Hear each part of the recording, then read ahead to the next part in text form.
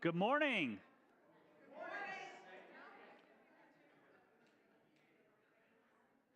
Is my microphone working? No? Yes. No. Yes. Oh, they're just loud. Okay. No, that's great. Be loud. Actually, let's actually cancel and let's just have a party. Um, go eat French toast. I do make really good French toast. That's you don't prove it? Okay. Not right now. So early on in my ministry, I got the opportunity to do all of the really fun stuff, like set up and tear down, like loading and unloading the bus. During when we were church planting, we got to load and put all of the church equipment, kids' church equipment, speakers, signs, projectors. You know, you learn some things throughout that. Projectors don't bounce. Maybe there's a better system than just throwing it all in the bus. But I got to do a lot of really fun jobs. One of the jobs I got to do was to change the starter on the bus. That was fun. So I always joke that I literally got thrown under the bus.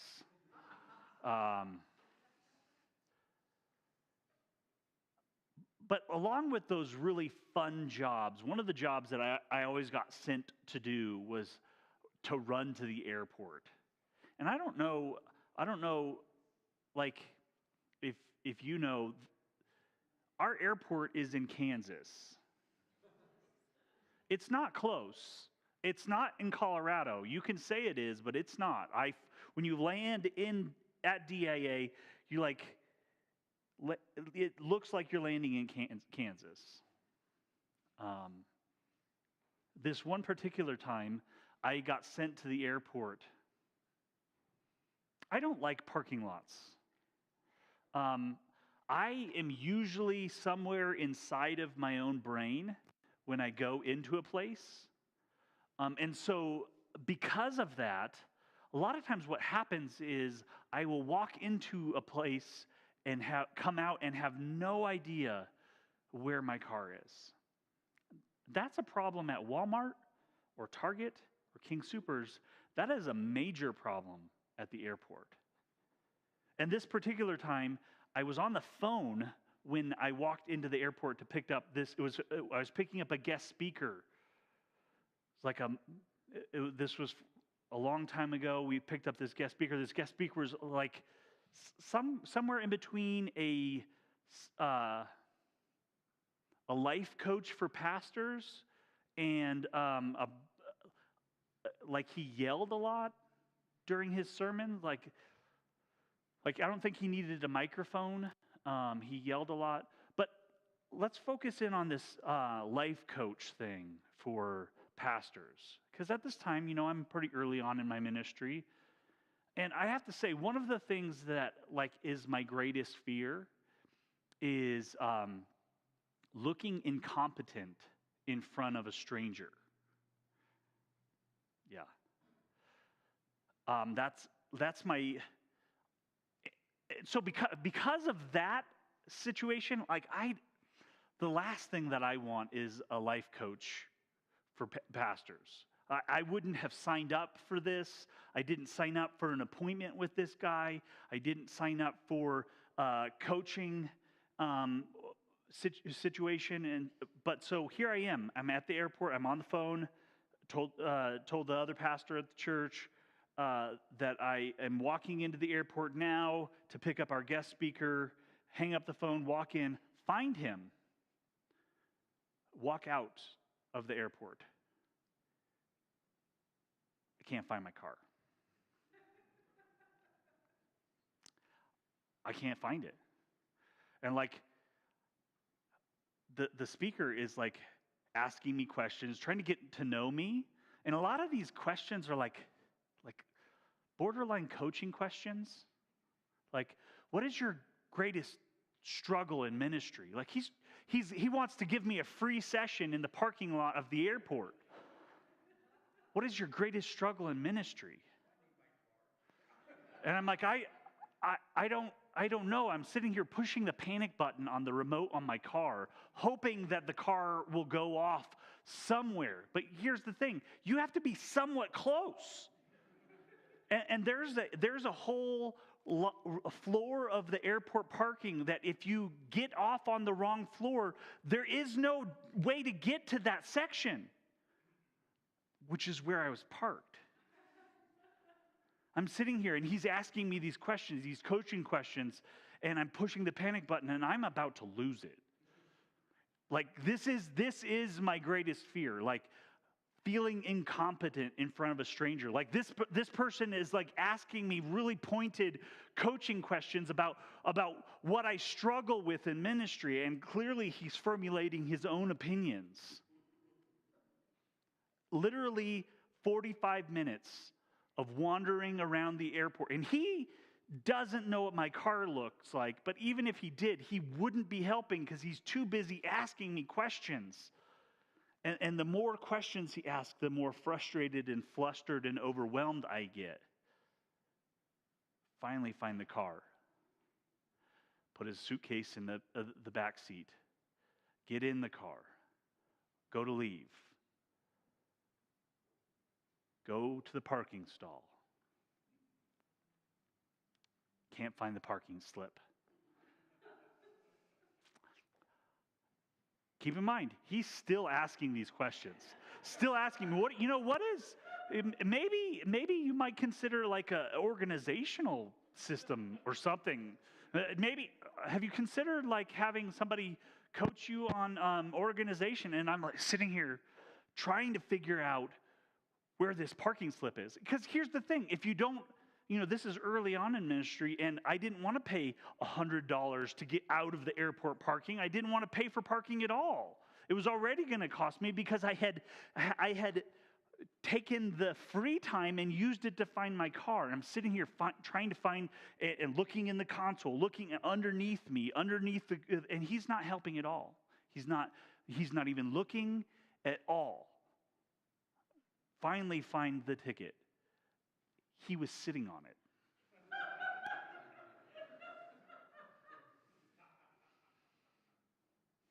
Now, by this point, I don't want to talk anymore. I don't want to be his friend. I don't want friends in general. I just want to get out of the airport. And then I get on 470 or out on Pena Boulevard, out in front of the airport, and my car.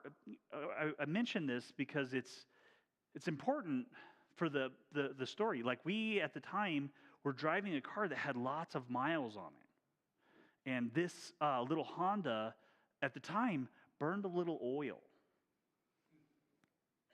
And because it burned a little bit of oil, if it got low, it would go into like this safe mode.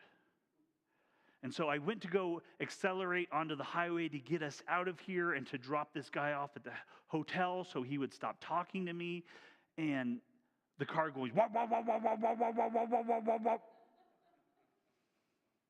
So I have to stop at the $9 a gallon gas station that's in the median over by the airport to pick up a quart of oil. It felt a little bit like I got off on the wrong foot with this guy. Like I didn't make a great impression. It's funny. He was there. He was doing some coaching for our team that weekend, and like he kept on bringing up these things that it felt really, really like a jab. It did. It felt like he was like, well, maybe you guys could work on some organizational stuff, or got off on the wrong foot. There's a difference between the expression the best foot forward and got off on the wrong foot. One of them will prevent the other. I think a lot of times when we come to Scripture, when we come to for people who don't grow up in the church, they don't grow up going to church, or maybe they had a bad experience at church. Their first encounter with the idea of who Jesus is somebody who was loud enough to proclaim. Now, I want to give a little bit of a caveat, because sometimes Christians get a bad rap, and I'm not making excuses for Christians who get a bad rap, but you have to understand there was a whole period of time in the church where we were actually instructed to go be terrible out in the world. Like we were told, hey, you have to get like an activity that we made youth do who don't know anything about anything is to go stand on street corners and go tell people that they don't know about Jesus. And what could go wrong? Except for the leading questions that we gave them to answer. Have you ever, we were instructed to go up to strangers in the inner city and ask the question, what would happen to you if you died tomorrow?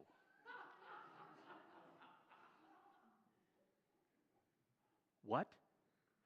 Are you threatening me?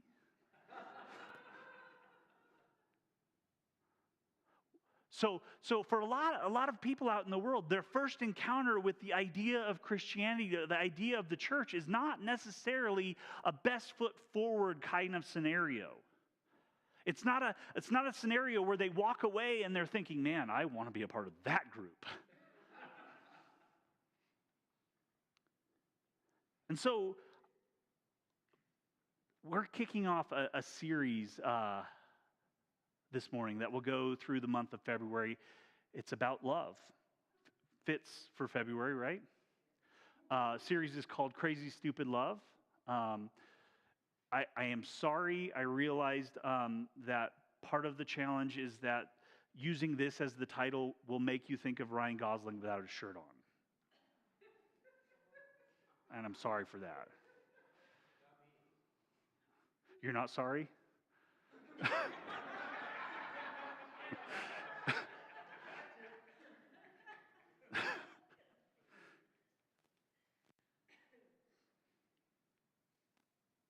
We're going to be looking at stories that kind of demonstrate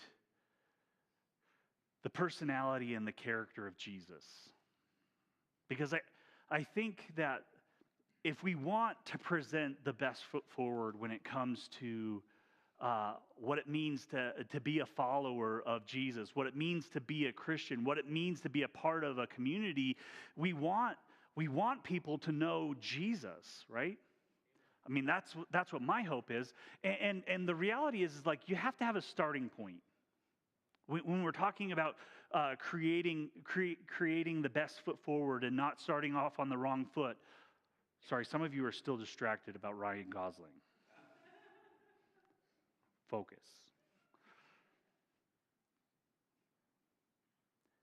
We have to have a starting point.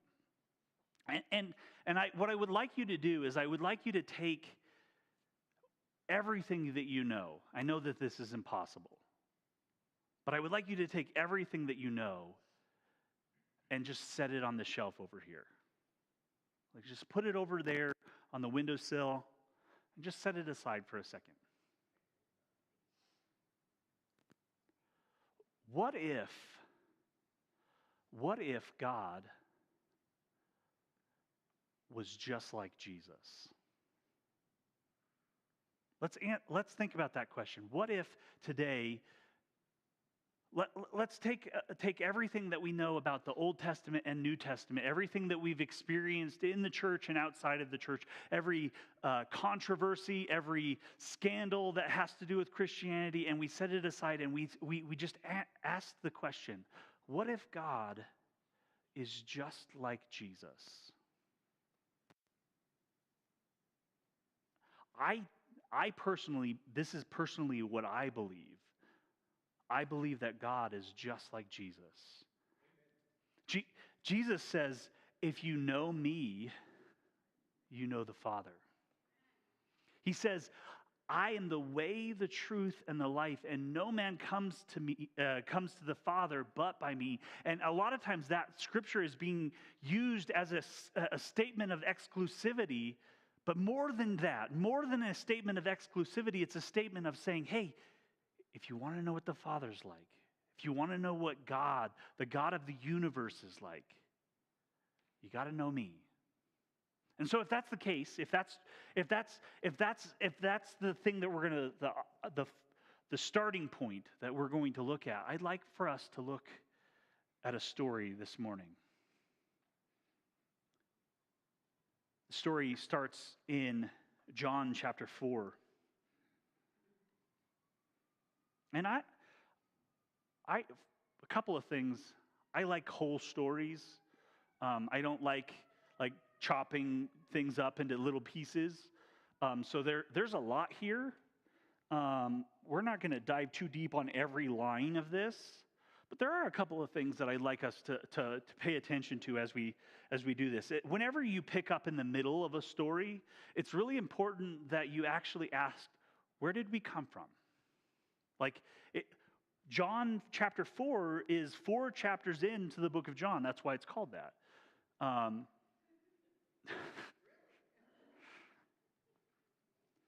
John chapter 4 is well into the story. And so I always like to ask a question when I pick up in a passage like this. I like to ask the question, where did we come from? What's happening in the chapter before this? And in the chapter before this, John is testifying about Jesus. John the Baptist is testifying about Jesus, about who Jesus is and what Jesus is doing.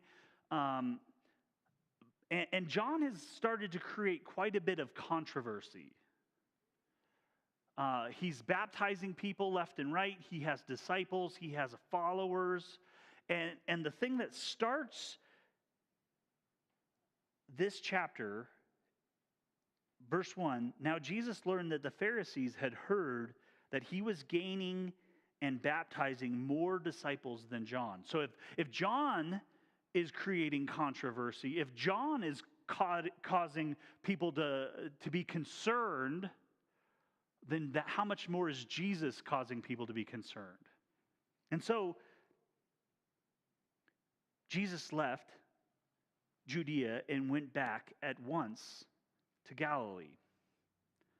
It's really interesting because there's a road between the Judean area and Galilee. There's actually several different roads that go between Judea and Galilee. And Josephus, one of the ancient Jewish historians, talks about how for most Jewish people, when they travel between Judea and Galilee, both of these are Jewish territories, will take the long way unless they're in a hurry. Unless they're there's an emergency, unless there's a dire need to communicate a message. The short route is a 3-day journey. So they would go 4 or 5 days on the long journey so that they didn't have to go through Samaria, because that's where the Samaritans lived. So Jesus, it says, starting in verse 4, it says, now he had to go through Samaria. He had to go through Samaria. And he came to a town in Samaria called Sychar, near the plot of ground Jacob had given to his son Joseph. Jacob's well was there, and Jesus, tired as he was from the journey, sat down by the well. It was about noon. So from where he started to where he stops for the journey is about 6 hours. It doesn't seem like Jesus is in a hurry. Like he could have traveled the rest of the day and gotten out of that territory and into a safer space. But he doesn't. He stops at noon beside a well. What it doesn't tell us until a little bit later is that Jesus actually sends his disciples into to the town to get food. Jesus hangs out at this well. And I think it's important for us to remember the time frame that it says. It says that Jesus is stopping around noon. It's hot at noon, right? Or maybe it's not. Maybe we forgot up until the last couple of days what hot was like. It's when you go outside and you sweat. That's hot. So Jesus stops at noon of this day, and out comes a woman to the well. A Samaritan woman came to draw water, and Jesus said to her, "Will you give me a drink?" I just want to pause and say, there are some confusing things that happen in this passage. Like, if somebody walks away, both the interaction with this Samaritan woman and later on the interaction with the disciples, there's like Jesus is, I don't know if he's intentionally being obtuse or intentionally trying to be confusing, but some of the things that he says are really interesting because he says, "Will you give me a drink?" His disciples has gone into the town to buy food. The Samaritan woman said to them, "You are a Jew, and I am a Samaritan." A Samaritan woman, yes. "How can you ask me for a drink? For Jews do not associate with Samaritans. How can you ask me for a drink?" Jesus answered her, "If you knew the gift of God," this is the part where his response is really interesting. He says, Jesus answered her, "If you knew the gift of God, who it is that asks you for a drink, you would have asked him, and he would have given you living water." I don't know. I try to imagine what this woman's response to Jesus is. Like, she's looking at him. Does he have a canteen somewhere that he's not telling me about? Did he run into a stream on the way here? And if he did, why is he asking me for water? She says, "Sir, you have nothing to draw with, and the well is deep. Where can you get this living water?"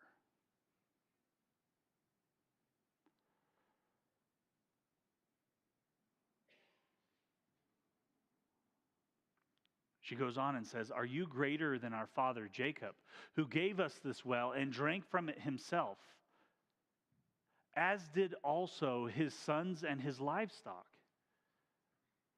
Jesus answered, "Everyone who drinks this water will be thirsty again." So the woman immediately begins to dive into the differences between Samaritans and Jewish people.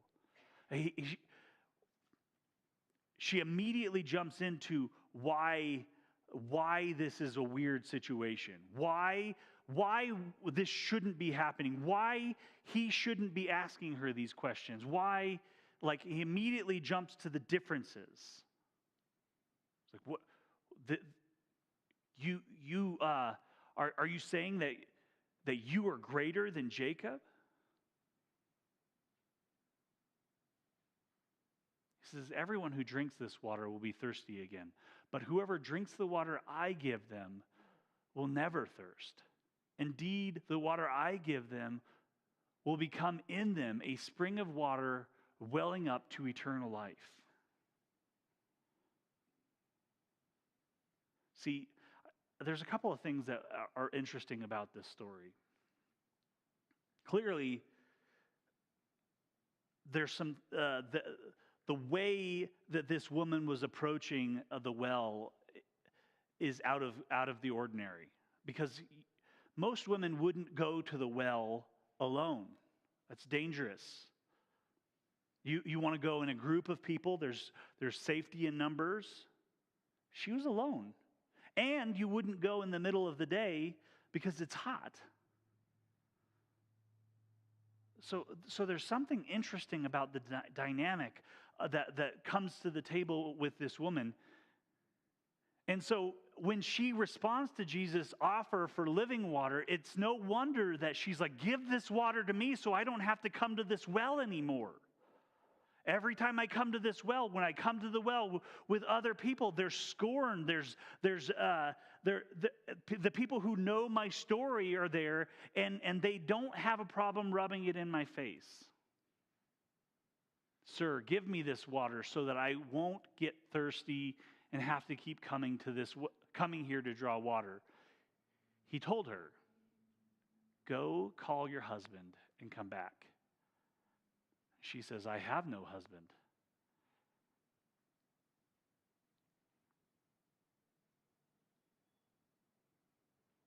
Jesus said to her, you are right when you say you have no husband. The fact is, you have had 5 husbands, and the man you now have is not your husband.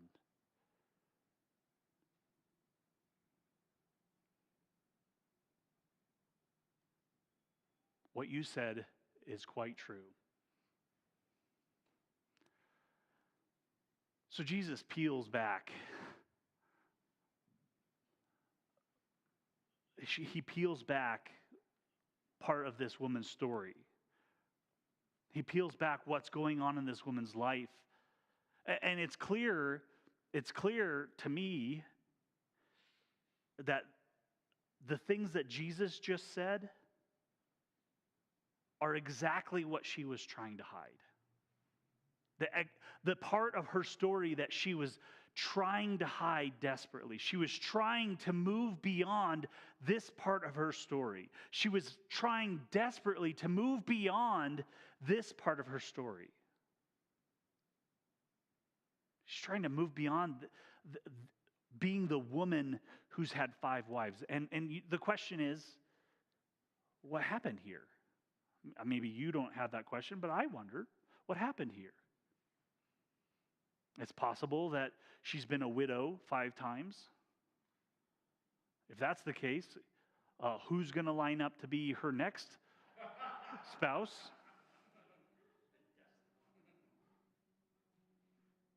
Could be that she's been a widow a couple of times and also been divorced a couple of times. Seems problematic.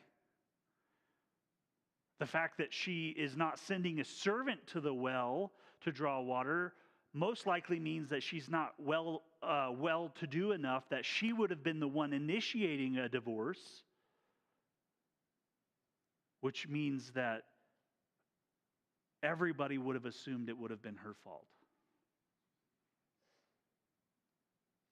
So she's walking through this story, through her life, with all of this shame. She's trying so hard to hide it. And Jesus peels back the veneer. And here's the thing that's interesting about that scenario is that, I think we all have that spot where, if we peel back the veneer, the thing that we're afraid of, the thing that we most don't want people to know about us, the part of our story that is most challenging, we're afraid if that veneer gets peeled off, that the people who see will recoil, will pull back from us, or they'll ask us coaching questions.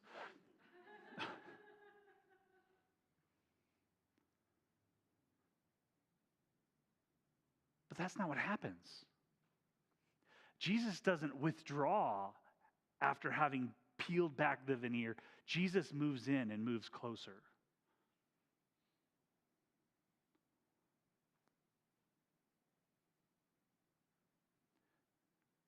They go in, she tries to divert the conversation with a deep theological question about the differences between Samaritans' belief in God and Jewish belief in God. And Jesus says there will come a day when true worshipers will worship in spirit and truth. It's not about this mountain or that mountain. In some ways, it's like she recoils herself and pushes the differences back in Jesus' face. She pushes their differences, the thing that are different about what they believe in, different about who they are, and different about who they worship and how they worship and what she thinks. And she pushes that in Jesus' face. And Jesus said, it's not about these mountains. It's not about where you worship. It's not about any of these things.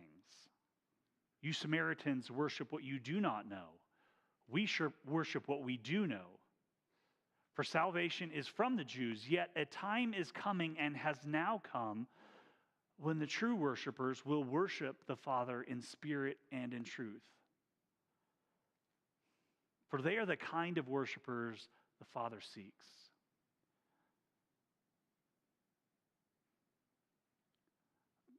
They are the kind of worshipers the Father seeks. And what kind of worshipers are those? The ones with the veneer ripped off. The ones that show up without pretense. The ones that show up and recognize that there's so much more to their story.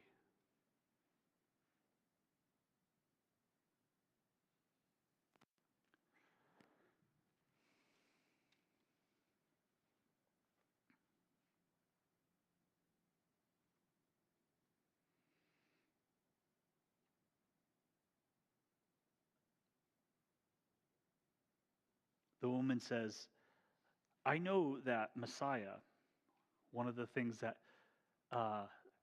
does unify the Samaritans' belief about God and the Jewish belief about God is that they both believe that at some point somebody is going to come and save them. And she says, I know that Messiah is coming. When he comes, he will explain everything to us.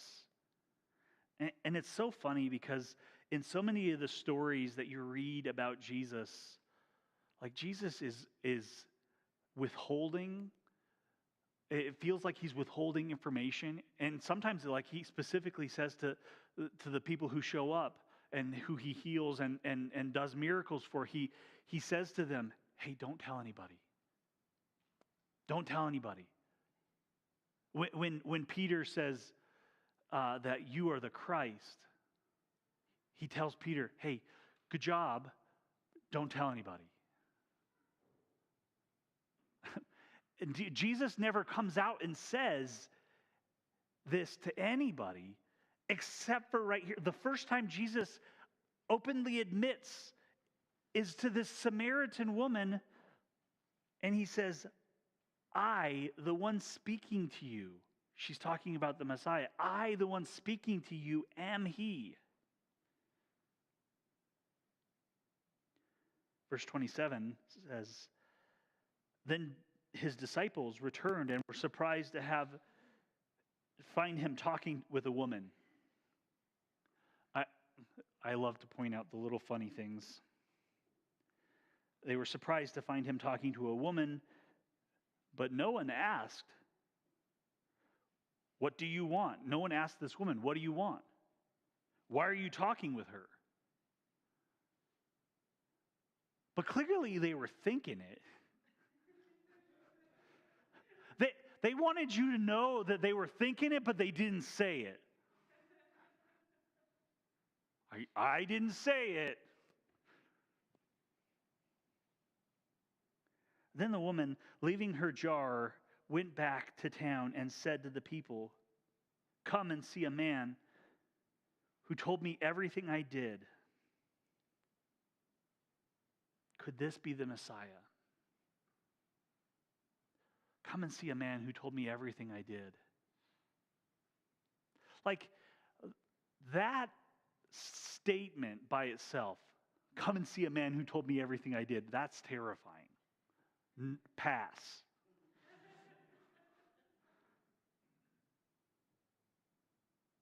Why is she not reacting that way? Like, out of all of the people, like the people who had the most to try to pretend and hide, the people, like the person who has spent all of her energy trying to evade people seeing into her story. Like The entire setup of the story is a setup of her trying to hide her backstory, trying to hide the things that she's ashamed of. And all of a sudden, something shifts in her. And for the first time ever, she encounters somebody who sees her for who she really is and doesn't draw back.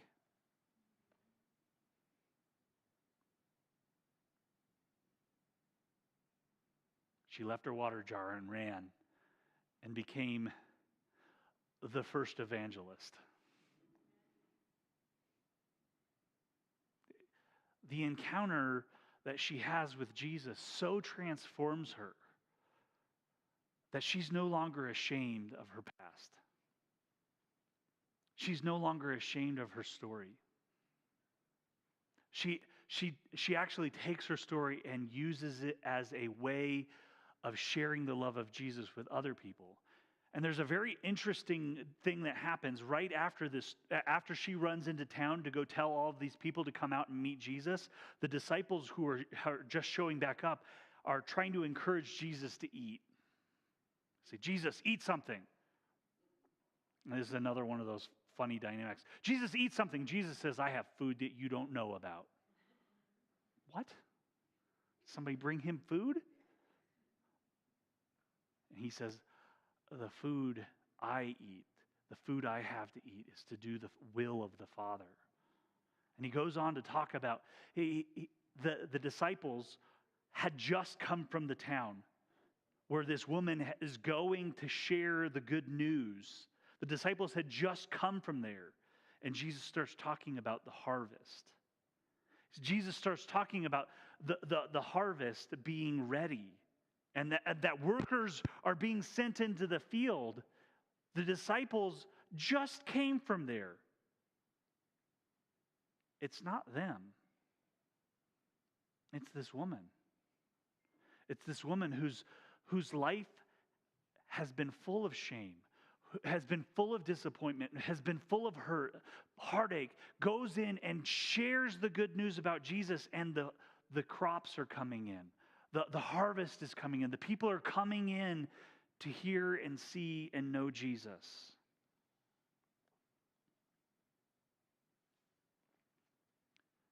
I think for a lot of us, I mean, we all have a story. One of our values as a church is we all have a story.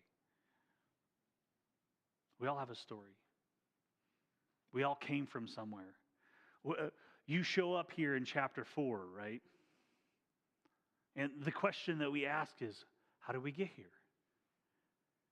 How do we get here?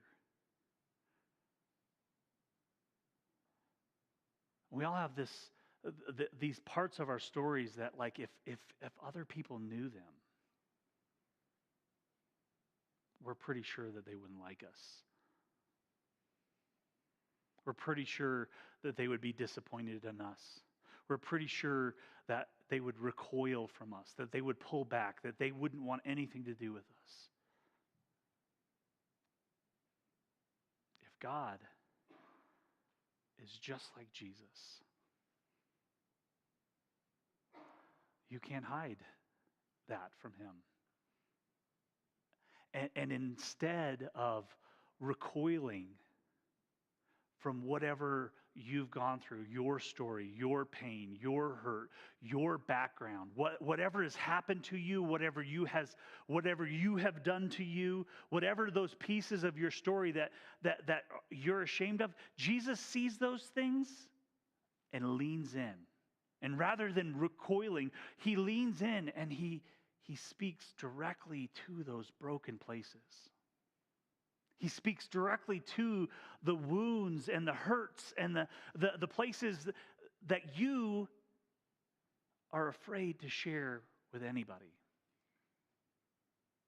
And the absolutely beautiful thing about this story is that Jesus, in recognizing and acknowledging and in healing this woman's wounds, these wounds become the thing that give her the power to go out and do the thing that God has called her to.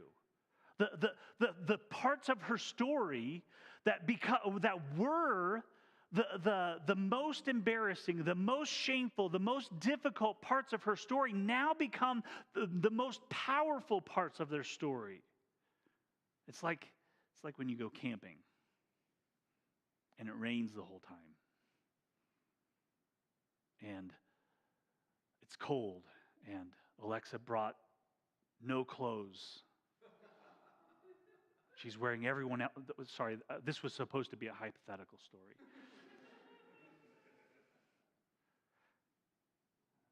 It's like all of those crazy stories that happen to you, whether it's a car accident that you're in, or it's the tragedy that you experienced, or it's the way everything went wrong.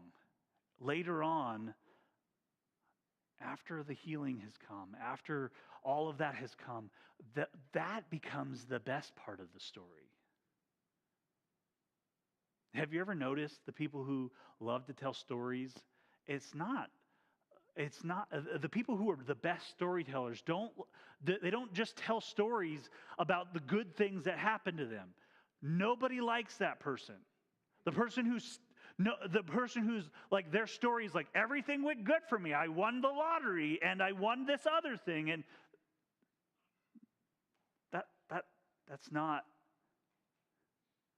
that's not good storytelling.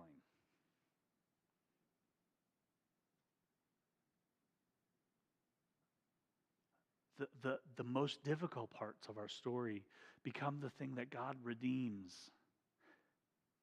They become the thing that God turns into the linchpin of our testimony.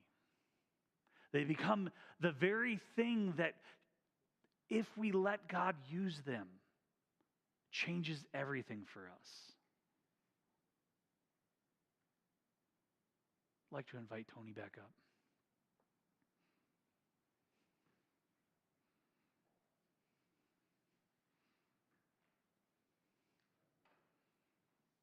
The song we sang at the end, I will build my life.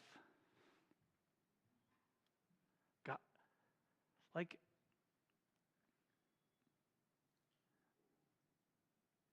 I don't believe that God does the crazy things that happen to us, the ugly parts of our story. I don't think that God does those things to us. I think we live in a broken world that we experience pain and trauma. I make dumb choices. I make dumb choices that cost me dearly.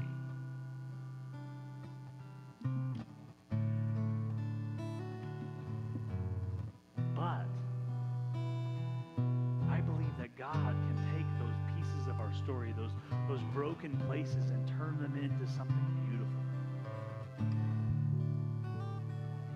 So this morning, I would like to invite you to encounter Jesus. To encounter Jesus. If God is just like Jesus, the thing that I want most for you is for you to get to know Jesus.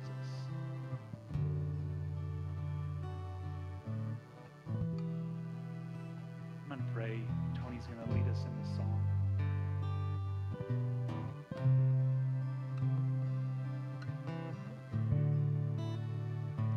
God, I thank you that you take all of my broken places, my hurts, my wounds.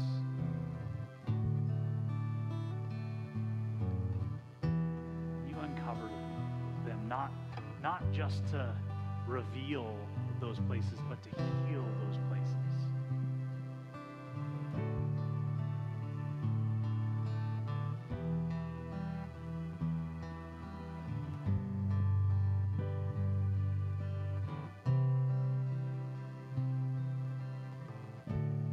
God, I give you these broken places in my life, these broken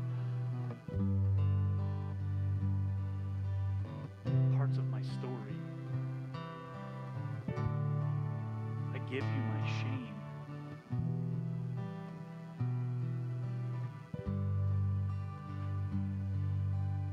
Lord, I can trust you.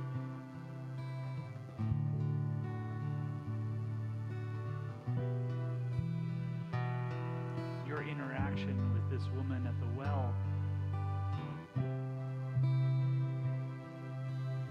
reveals so much love and tenderness.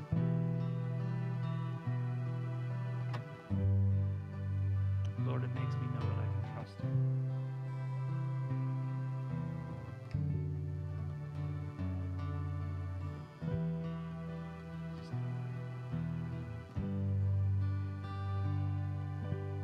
Time